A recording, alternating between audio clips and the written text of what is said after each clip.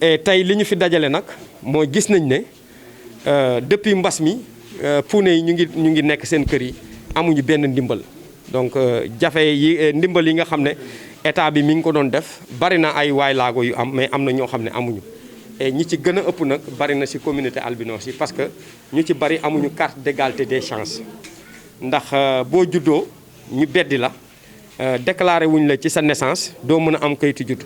donc ki amul kayitu judd mënta am carte d'égalité des chances mënta am bourse familiale voilà donc loolu tax na ñu ci bari ñu nekk fii tey amuñu aide boobu noonu donc ñu ne comme def nañ ko Dakar àjjuma bi passé ak suñu autorités yi muy ministère de la santé ak fondation Milan ñu ne tey ñu profité ci journée mondiale bi woo suñu partenaires yi ñu jàppale ñu donc ministère de la santé ñëw na indi na dotation fondation Milan for Africa donc indi dund et African Women Leadership aussi ñëw indi ay kit alimentaire pour mën ñu jàppale donc ñu ngi leen di sant di leen gërëm di wax ne loolu mébét la boo xam ne ñun chaque jour duñ jóg ci di ko mébét ndaxte bu ñu sañoon dund bi nga xam ne puune yi dañ koy dund Sénégal day doon dund bu rafet mais tey gis nañ ne programme yu bari da leen bàyyi daf leen a beddi ndax programme yu bari ñu ngi koy sukkandiku si couches yi nga xam ne dañu yor carte d'égalité des chances bi ñu recensé leen te ñoom amuñu ko et gis nañ ne aussi ñi nga xam ne ñooy way laago yi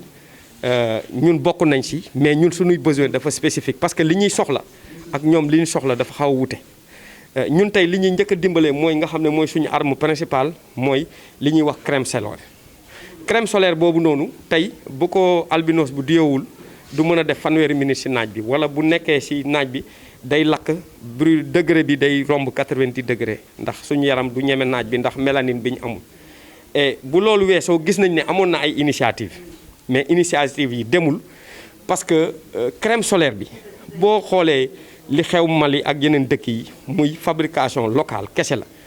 base de beurre de karité la ak substance bi ñu wax UVA ñu defar ko et loolu ñun buñ ñu accompagner dinañ ko mën a defar ba pare day créer ay emploi si suñu mbokk naataango yi nga xam ne ay puune lañu amuñu liggéey seen njàng soru dinañ leen mën a former ñi liggéey ci fabrique de crème locale boobu noonu moo gën ñi di ko industrialiser di ci def ay milliards te ñun duñ ko jariñoo loolu ñu ngi koy déplorer leneen li nga xam ne moom moo ci topp muy gis nañ ne puune bi dafay soxla faju yaramam dafa sensible day soxla dermatologue day soxla ophtalmologue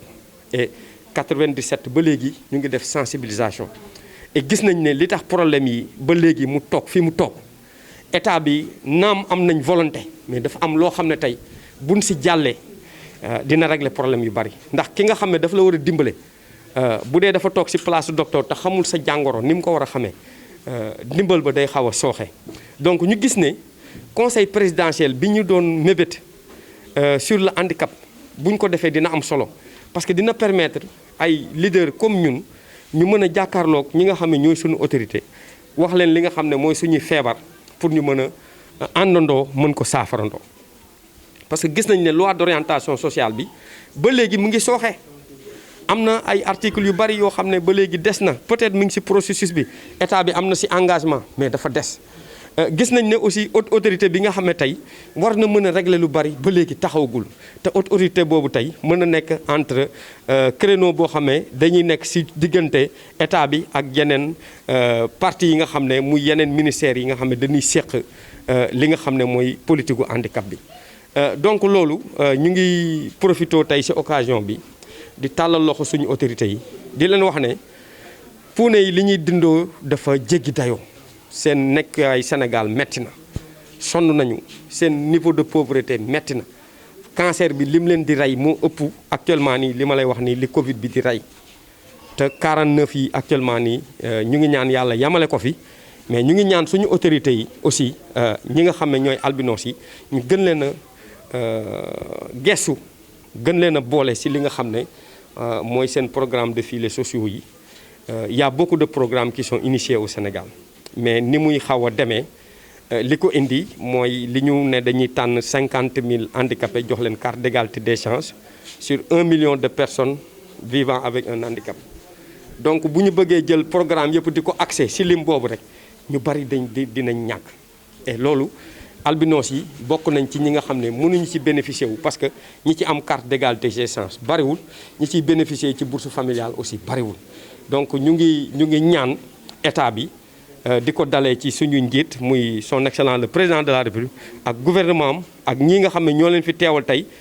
muy waa ministère donc de la santé et de l'action sociale par l'intermédiaire de la direction générale de l'action sociale ñu mën a yëkkati information bi jox ko donc ñi ko war a déglu muy le ministre de la santé mu jébbal ko ki nga xam ne mooy son excellence le président pour que li ñu di mébét ak di ko ñaan muy conseil présidentiel bi ñu mën ci jublu bu ko defee li nga xam ne mooy problème mu waylaago yi ñu mën ci am ay solution di profiter aussi di remercier sunu partenaires yi nga xam ne aussi ànd nañu ministère bi ñëw tey ànd ak ñun ci bis bi pour mën ñu jàppale indi ñu ay kit alimentaire ñu mën a dimbale suñu naataangoo yi. waaw loolu aussi dina xaw a difficile pour wax ko parce que maa ngi doon wax ne bi ñu nekkee en 2004 association bi di taxaw booba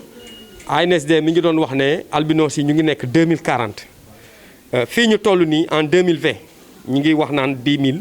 ñu ngi wax naan matu ko ñu ngi wax naan mën na ko li ko waral nag mooy bu yàggul 2013 bi ANSD di def recensement. dañu utiliser benn instrument de mesure bu ñu wax le Washington Group et loolu nag dafa xaw a beddi albinos yi ba jotuñu leen relancer donc tey pour nga wax nombre albinos yi nekk Sénégal dina metti ñi ngi ñaan aussi comme waa direction générale de l'action sociale amoon nañ benn initiative nationale pour indi benn mesure boo xam ne moom la ñu tuddee mesure du handicap pour mën ko intégrer dans ce processus là pour mën a rectifier le tir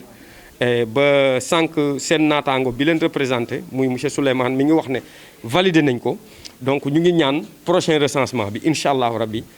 ñu jàppale ñu wala ñu def recensement spécifique des personnes vivant avec un handicap dana permettre tey état bi mu xam ñaata waylaago ñoo nekk Sénégal et particulièrement ñaata albinos ñoom ñoo fi nekk pour que bu ñuy def ay programme ñu mën di leen sóoraale parce que nit ñi boo leen di beddi c'est parce que da nga leen di jàpp ne ñii minorité lañu. mais boo defee ce recensement bi normal ba xam ne ñii nekk nañu nombre conséquent ba pare xool nga leen comme ay citoyens comme ay population war nga leen mën a intégrer ci programme yi